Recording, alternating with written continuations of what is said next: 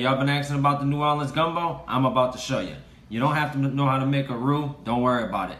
This right here in this can is better than any gumbo you probably ever had in your life. You're gonna need, we'll go over the instructions when we get to the stove, but just take a look.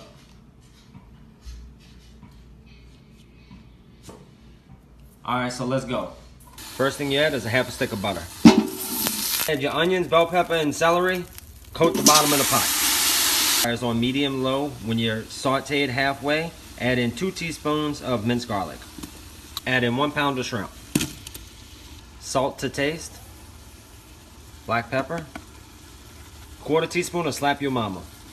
Okay, your shrimp are 3/4 of the way done. Go ahead and add in your 1.5 pounds of sausage.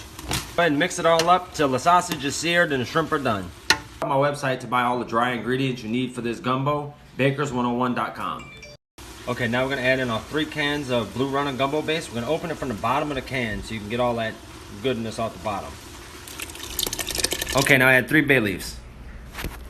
A little bit more salt, a little bit more garlic powder, a little dash of slap your mama, a little dash of black pepper, a little more parsley, a little dash of gumbo filet.